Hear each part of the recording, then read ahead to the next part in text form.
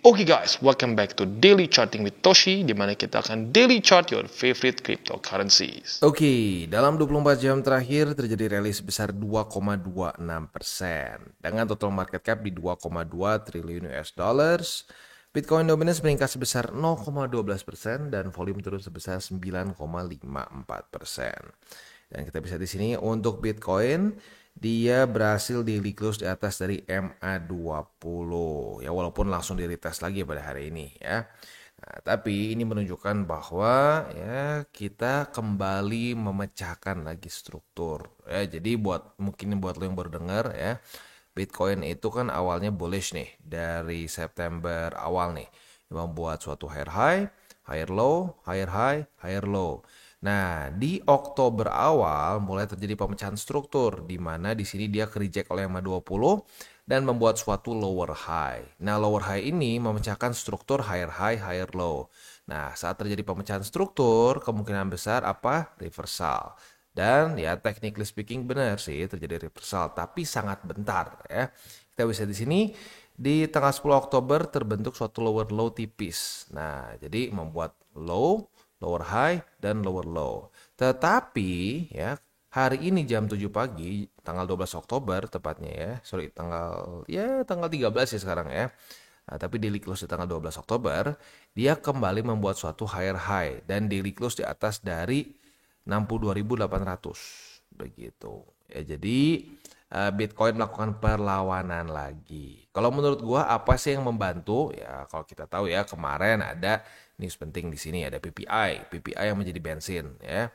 Terus juga ada news China di mana mereka akan melakukan stimulus katanya ya. Nah, tetapi selain dari itu juga menurut gua ada bantuan statistik dari BSB ya, di mana saat sudah terjadi pantulan, apalagi pantulannya lumayan besar seperti ini ya, 3,21%, itu biasanya Bitcoin akan cenderung membuat minimal higher high begitu ya, seperti yang terjadi di 2021 ya. Sebentar, kita mundur dulu di 2021 di sini ya, pantulan higher high.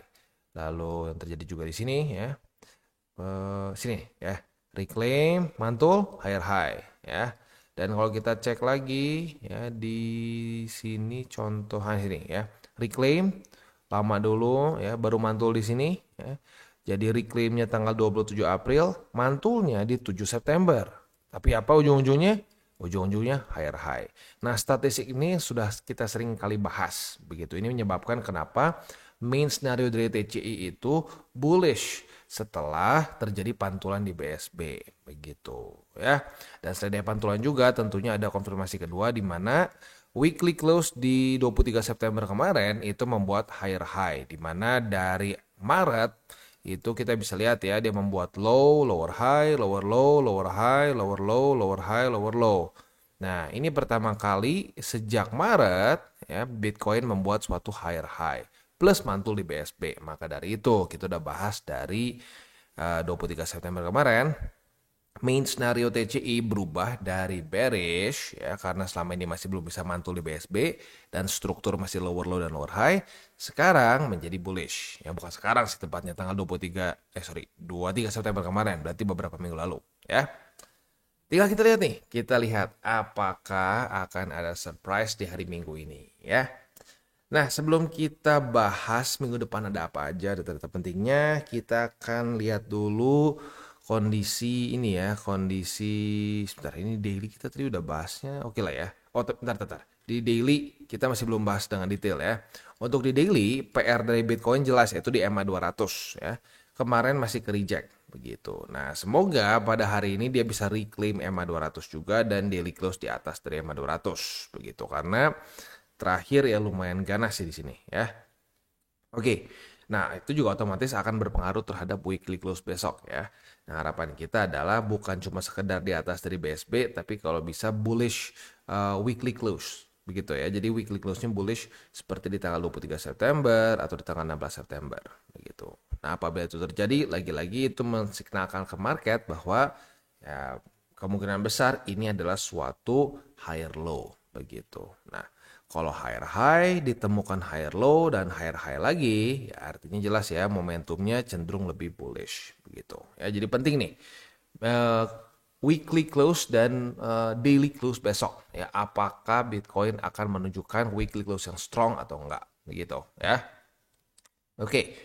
Next, sebelum kita ke news, kita masuk dulu ke indeks dolar. Indeks dolar kondisinya itu, oh sebentar, ini masih hari Minggu ya, sorry. Langsung skip ke Bitcoin Dominance ya.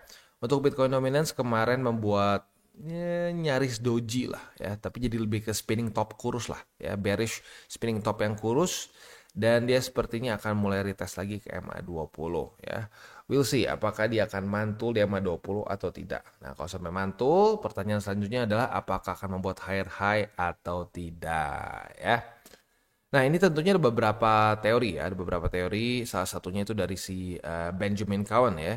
Dia masih menargetkan Bitcoin dominance mencapai ke 60%. Begitu, karena kalau kita lihat di lupa di cycle 2019 atau 2016 ya, di mana Bitcoin itu biasanya akan kembali ada serangan terakhir lah ya, serangan fajar, boom ya, Bitcoin dominance.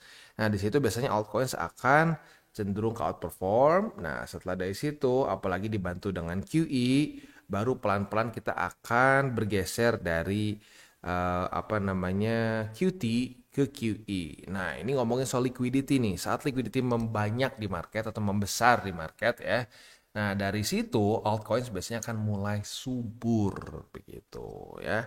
Ya, jadi kalau lu mau mulai nyicil dari sekarang boleh nggak? Boleh. Yang nggak boleh itu apa? All in gede-gedean begitu. Karena kalau gue lihat rata-rata yang hancur sampai pusing gitu ya. Aduh bang, gimana nih bang? Gue hancur banget nih. Itu rata-rata di April Maret ya. Mereka tuh all in di altcoins begitu. Dan all in-nya bukan di altcoins yang blue chip lagi ya, bukan di yang market cap-nya besar. Enggak, banyaknya tuh all in di altcoins yang gue aja nggak pernah dengar, ini altcoins apaan, projectnya ngapain, nggak tahu, nggak pernah dengar gitu ya. Ya, jadi saat terjadi ya Bitcoin dominance-nya turun lagi, saat Bitcoin dominance meningkat lagi, nah disitulah hancur. Nah, lo kebayang kan, waktu orang pada beli di sini ya, beli waktu lagi mending di sini, enggak, banyak itu waktu udah turun di sini nih. Wow, udah nih altcoin season ya. Ini 54%, sekarang di 57 something. Ya iya, bisa sampai minus 80%. Begitu. Ya, jadi DCA boleh, ya kalau bisa rasionya tetap minimal mayoritasnya masih BTC begitu ya. Nah, sisanya mau di altcoins ya boleh gitu, DCA aja begitu ya. Oke. Next kita masuk ke news. Untuk news datang dari US, di mana Trump ya akan rilis si World Liberty Financial. Ini basically seperti kayak DeFi protokol lah. Nah, rencananya di minggu depan begitu. Ini gila loh, pertama kali ya mantan presiden atau ya bisa bilang calon presiden yang membuat crypto project. Ya memang Trump itu kalau udah ini ya, kalau dia udah suka dia bakal all in gila-gilaan. Begitu, memang karakteristiknya seperti itu ya. Ya jadi ya semoga nanti di November yang menang dia begitu. Karena kalau sampai yang menang si Kamala Harris, jangan ekspektasi banyak berbeda dibandingkan dengan si Biden. Ya karena ya lu tahu sendiri, Biden itu mengundurkan diri tiba-tiba kan. Jadi Kamala Harris cuma pengganti gitu, kayak substitution. Ya cuma pemain pengganti. Nah, otomatis kalau pemain pengganti ya akan mainnya nggak akan beda jauh dibandingkan yang sebelumnya. Begitu, karena ya iyalah, dia nggak mungkin punya program Kamala Harris. Orang dia aja awalnya nggak ada rencana jadi presiden, sekarang tiba-tiba terpaksa harus mengajukan diri jadi presiden. Begitu. Jadi ya kalau mau ada perubahan dibandingkan dengan zaman Biden, ya Trump. Gitu ya. Oke. Masuk ke economic calendar. Nah, ke minggu ini unik ya. Minggu ini seingat gue cuma yang hari penting itu hari Kamis aja. Sisanya istirahat. Coba kita lihat ya. Hari Senin, bintang 3 dari US nggak ada. Selasa, bintang 3 dari US juga nggak ada. Rabu nggak ada juga ya. Cuma ada bintang 3 dari Inggris, which is nggak terlalu ngaruh ya. Cuma yang ngaruh banget tuh dari Amerika aja ya. Bahkan Uni Eropa juga nggak terlalu ngaruh ya. Dan untuk hari Kamis, lagi-lagi nih, nggak tahu kenapa US kayaknya paling suka data-data penting tuh ditaruh di hari Kamis ya. Jadi kalau kita lihat di sini, dari US akan keluar, ini Eropa ya. Core Retail Sales, Initial Jobless Claim, Philadelphia Fed Manufacturing Index, retail sales, dan juga di sini ada crude oil inventory. Jadi cukup padat. Sekali lagi ada core retail sales, initial jobless claim, Philadelphia Fed Manufacturing Index, retail sales, dan juga yang terakhir ada crude oil inventories ya. 1, 2, 3, 4, 5. 5 ya, langsung dihajar di hari Kamis. Hari Jumatnya, seingat gua nggak ada. Coba kita cek. Yep, nggak ada juga. Berarti minggu depan benar-benar kebalikan dari minggu-minggu sebelumnya ya. Hari Senin sampai ya basically Senin sampai Jumat cuma keluar satu aja ya. Sorry, bukan keluar cuma satu, tapi cuma satu hari aja yang penting. Sisanya kita bisa lebih fokus ke technical analysis ya. Oke, nah itu kurang lebih untuk kisi-kisi minggu depan gitu. Jadi boleh di-adjust buat lu yang pemain futures ya. Jadi ya kita tahu ya kalau buat pemain futures itu data-data penting bisa menjadi satu resiko yang sulit dihitung. Maka dari itu ya kita pertimbangkan untuk tutup posisi. Nah dengan tidak banyak data berarti posisi futures kita bisa lebih dipertahankan, bisa dibiarin nginep begitu ya. Wah jadi menarik nih ya. We'll see minggu depan seperti apa setup yang diberikan oleh markets.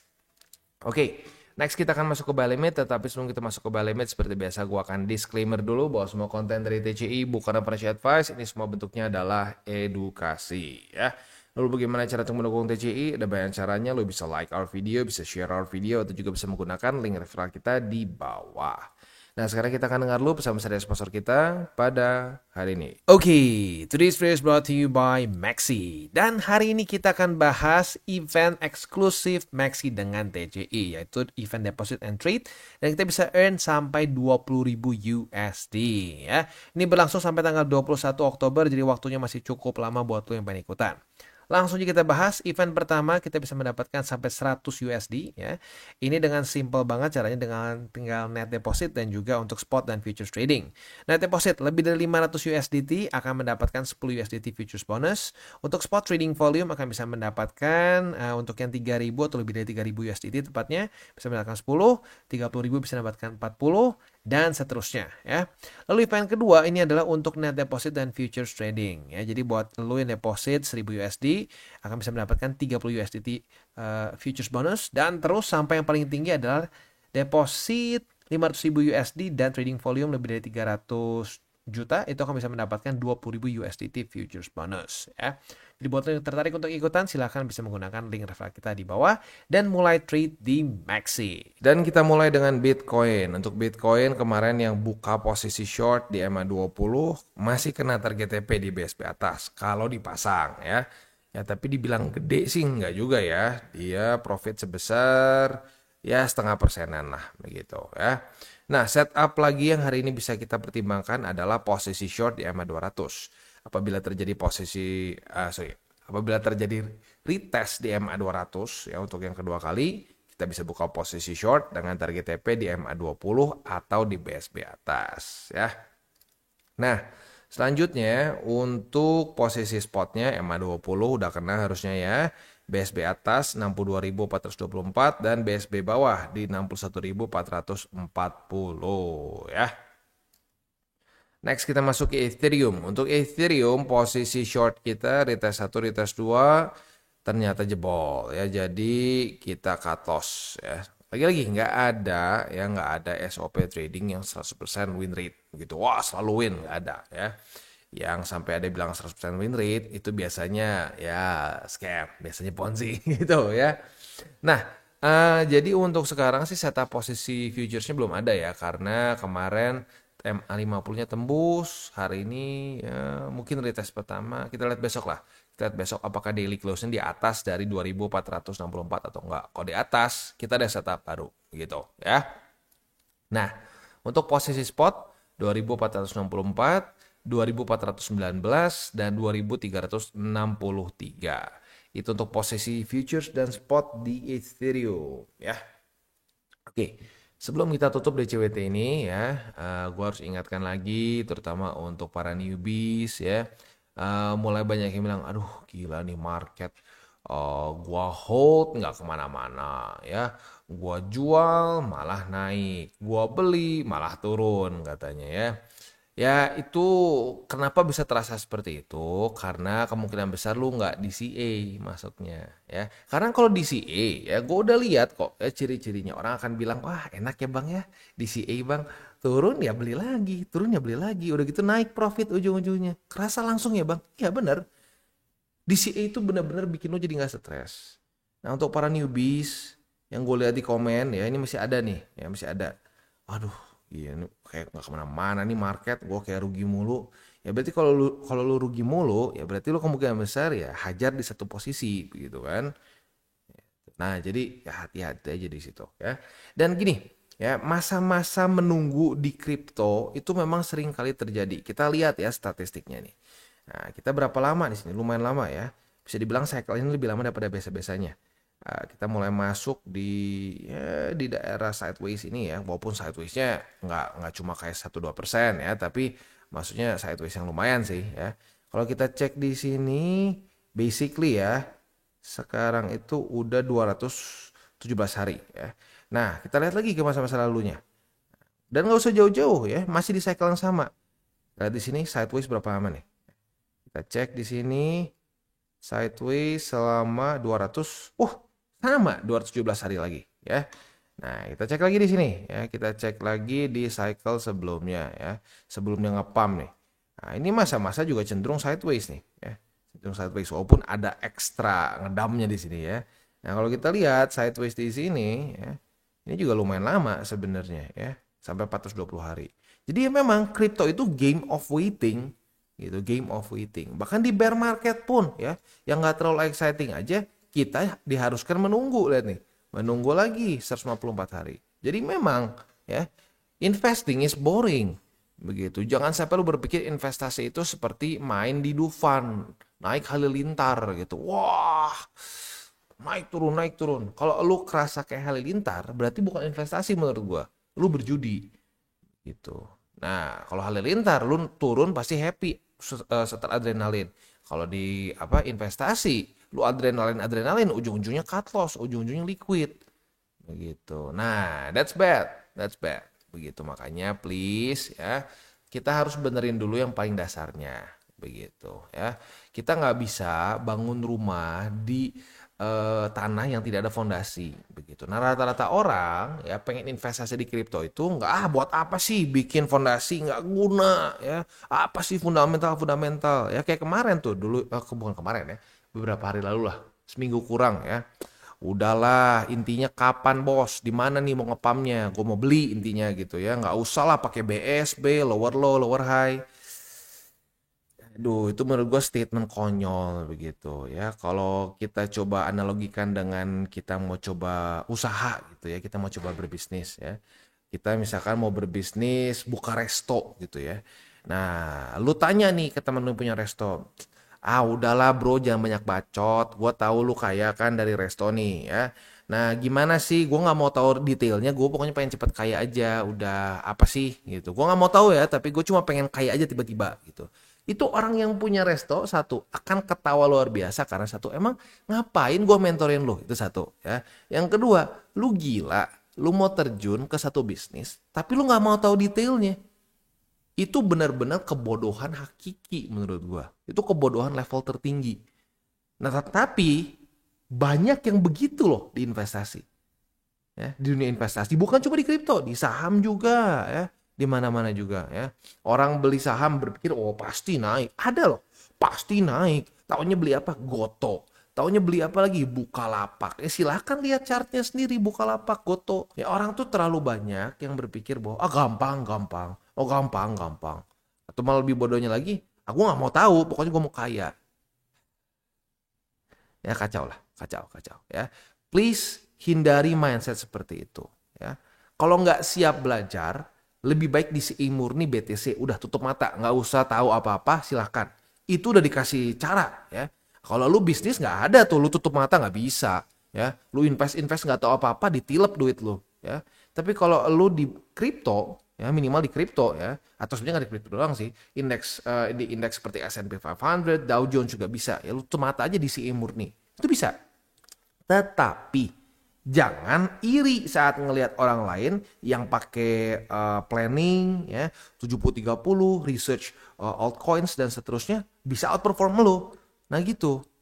Nah orang tuh kadang-kadang pengen maksimum profit tapi nggak belajar. Itu namanya apa? Mimpi. Begitu. Ya. Oke, kita tutup dengan 3 golden rules. Jangan pakai uang panas, jangan over leverage, dan berpikirlah jangka panjang. Oke guys, jadi itu adalah akhir dari segmen DCWT kita pada hari ini. Dan jangan lupa bagi kalian yang merasakan manfaat dari segmen ini, jangan lupa untuk share ke teman-teman kalian. Dan apabila lu pengen mensupport channel kita, ya TCI, jangan lupa untuk menggunakan link referral kita di bawah. Nggak wajib ya, tetapi apabila lu menggunakan link referral kita di bawah, ada macam-macam ya, dari Bybit, Huobi, Maxi, toko kripto, dan banyak lagi ya. Ya, walaupun nggak wajib, tapi kalau menggunakan link referral kita, lu secara langsung membantu perkembangan dari TCI. Dan satu lagi, jangan lupa juga untuk join Telegram group kita, di mana kita bisa ngobrol-ngobrol santai mengenai dunia cryptocurrency secara 2 arah. So, jangan lupa untuk like, subscribe, click the bell icon, and see you on the next video.